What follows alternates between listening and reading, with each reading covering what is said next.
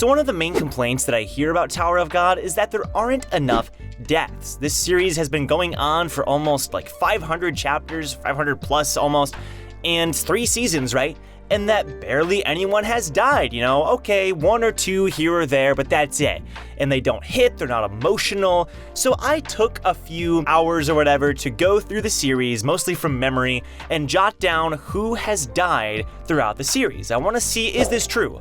Like, have only a few people died? Have they not been emotional? Have they been impactful? I want to break them down. Who has died, and has it been good? You know, should SIU kill off more characters? What's the problem here? And I also, at the end, want to break down who I think is going to die or should die going forward in the series. So right off the bat, Season 1, obviously the main one is Ho. There's a couple other random regulars who die, but Ho is the big one. And I think this death is handled very well. Ho is a character who is very complex, you know, as an audience member, you're not sure whether you like him or dislike him. Obviously, you're supposed to dislike him, but his story is very sad, and it's so tragic. I think Ho's death was handled very well. Then you get Nia at the beginning of Season 2, and Nia, I mean, only the second major death in the entire show, yet it's by far the most brutal, in my opinion, throughout the entire show. It's not shown on screen, however, Lurker stabs him to death. He gets stabbed to death, and he's just a little dude, you know, and it's really sad. He's screaming out, Wangdan's crying out Nia's name. This death is so horrible and really well done. Once again, Wangdan's like forgiveness of Lurker, I should say. It's all very well done. Then we get Gyatang, everyone's favorite chicken man, which does not hit at all. I mean, it's kind of surprising because obviously Michael and Apple are the traitors, but we didn't have enough time to care about Gyatang, so whatever. And then Dan almost dies. I thought I'd mention that he doesn't die, which I'm very glad, because Dan hadn't had enough time to cement himself as a character.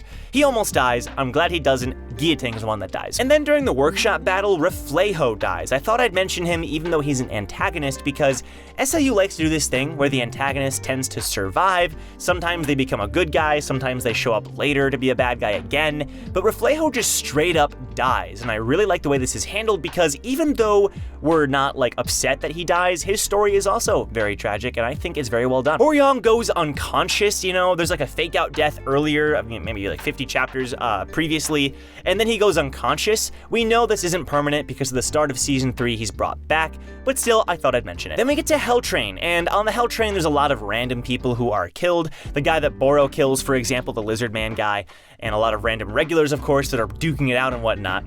But there's also Vicente and the other siblings. I don't really want to count them because they're not really dead, but if I'm going to, you know, mention it, obviously Vicente, his being absorbed is the one that hits us the most. But then we get Muntari's death.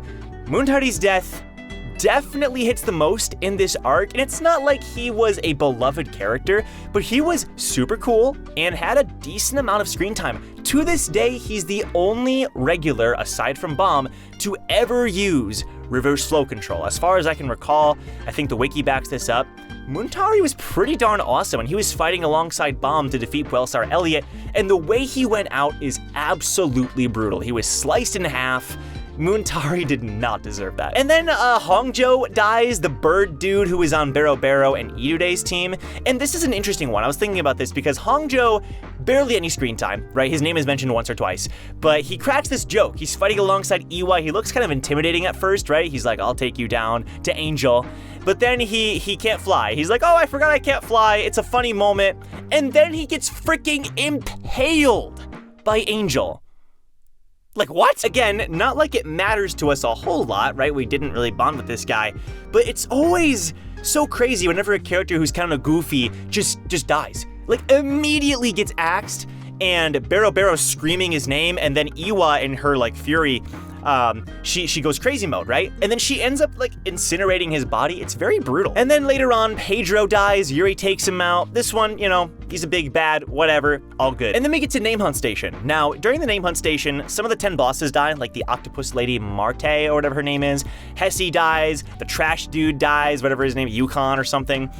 So obviously those happen. Chagrinsky gets beheaded by Hots. These characters, once again, don't really matter a whole lot, but it's another example of some villains getting taken out and killed, which I tend to like. The big death during the name hunt station is Inietta, who is one of the 10 bosses, but obviously is much more of a fan favorite character. I love Inietta. His design is so cool, his story is really interesting, and his fight with Ron is to this day probably my favorite fight in the series, or at least top 3. And I love it. I love the way he goes out because SIU, once again, with these like fan favorite villainy characters like White or Elaine, they tend to end up like becoming somewhat of a good guy. And Inietta isn't a bad guy per se as far as we can tell, but he still dies. He dies fighting for whatever he wants to fight for. You know, he wants to fight Ron, he loves fighting, and he dies, you know? And I really, really like this death because it would have been kind of cliche for another one of these characters to end up kind of becoming good. All right, then we get to the big ones. To this day, these are the deaths. When it comes to Tower of God, these are the deaths that everyone talks about. Prince and Arcraptor. These deaths, not only were they the most surprising, and not only were they the most emotional, but this is the first time that major characters were taken out. You know what I mean? Like, before it was like, okay, Ho, sure, Nia, whatever, you know, Muntari, like, okay. Like, you know, these deaths, they hit, but they weren't, like, crazy. These deaths were brutal. Okay, these deaths, they hit more than anything, okay? Like, these were insane. And at the time, obviously, it was a big deal because it was the first time that, like, borderline major main characters, in a way, were taken out. And I love it. You know, the sacrifices were so well done. Arcraptor's death was very emotional, and Prince's death was very horrifying and out of nowhere. White ate this kid. Like, what? These are the deaths when it comes to Tower of God, and I think even going forward, no deaths have matched them. All right, then we get to Floor of Death. And Floor of Death, not much happens. Joe's dudes, that's what I put. This is literally what I put in my document, Joe's dudes. They get taken out, you know, who freaking cares? Walcott and whatever their names are. And then it is Hidden Floor. Now, Hidden Floor, none of the human characters die, like the people going in, as far as I can remember, but obviously the entire data floor gets wiped out. And I don't know about you guys, but I anticipated something like this happening when I first started reading this arc. So I wasn't the most, like, devastated by Data Jahads getting deleted, or Data Edwan, or even Data Hansung. You know, I love these characters, but I wasn't crushed by it, because I was sort of expecting it, or I knew we weren't gonna see them again. But the one death, or deletion, that did get me is one that, again, no one talks about, and that's Boggess. Boggess' story during this arc, I've said this before, is so well handled, but people tend to skim over it or not really care about it or just like zone out when reading it because, okay, it's just a data guy. If you take the time to actually read Boggess' story and study his character, he is one of the best parts of that arc, but no one talks about it. It's always Data Jahad versus Bomb. Okay, yes, Data Jahad versus Bomb is awesome, okay? All these moments with Rachel and, like, it's awesome, okay? But Boggess is such an emotionally... His character is just so well written, and I think we gotta take the time to appreciate that sometimes. Boggess really was an amazing character, and I think SIU could have handled his, like, the later half of the arc when it comes to Boggess better because he kind of stopped existing, but there was still a great moment with him getting deleted, and I think Hansung is there, and Hockney, and Boro, and Sachi, and they share this moment. And you can tell it still affects them after leaving the Hidden Floor, because Hockney draws a picture of Boggess when they're back on the Hell Train. Bro, it's so good. And then another almost death is Jinsung. We know how that goes. I don't think it's a big deal that Jinsung didn't die. It's still just as emotional because Caliban took this guy out, you know. Jinsung's probably never fighting again. I think Jinsung could still die, but we'll get to that. Random army dudes on the last station, random rankers left and right are getting eaten by White or killed by Evankel or whatever, so there you go. And then we get to Season 3 and The Cage, and now this next death is a death that I feel like happened because of these kind of complaints from people who say there's not enough deaths in Tower of God. A bunch of random canines die and whatnot, but Chang also dies, and I don't mind Chang dying, but the way he goes out, after finally being revealed as a canine person, half a canine, which was a big theory in the community for years that he was a canine person, he immediately gets killed. for no reason. SIU's explanation is that he wanted to show the power difference between a regular and a ranker. It's such crap, man. The way he went out is it's so poorly done. Regardless, he does die, and then afterward, R and R's twin, they die, you know, one blows himself up, the other one fights Bomb. Okay, sure. But then Dang Dang dies. And I don't know about you guys, but I did not see this coming at all.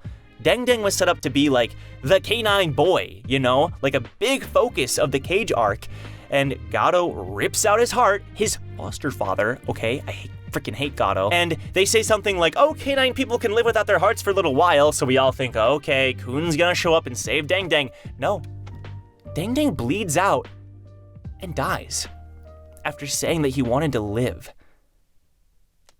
Bro, like again, no one talks about that. Dang Dang straight up died. I think that's really brutal, and I'm glad SIU did it because I think, I do agree that deaths are needed, but like I did not see it coming. And then Gato dies, no one sheds a tear, we all clap, and then we get to Wall of Peaceful Coexistence stuff, and Katra dies, and then Toro dies. Toro is Katra's grandfather, former teammate of Cha and Doan. You know, okay, I didn't expect that really, but especially with Katra, you know, his grandfather literally let him die so that they could free Cha. It's crazy, but regardless, whatever. Tonki and Kehelman, more rankers during that stuff. I really like their stories, and their deaths are pretty good. And then frickin' Kanzen dies. Kanzen, and like again, Kanzen's not a major character or anything, but he straight up dies. Yasracha makes him kill himself.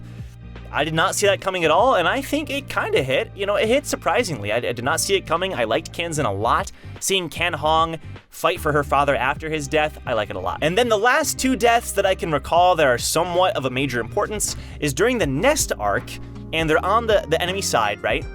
And that's Dekoko and Elpathion. Dekoko, pretty sweet fight with Paul and Doom. I really liked his ability and stuff.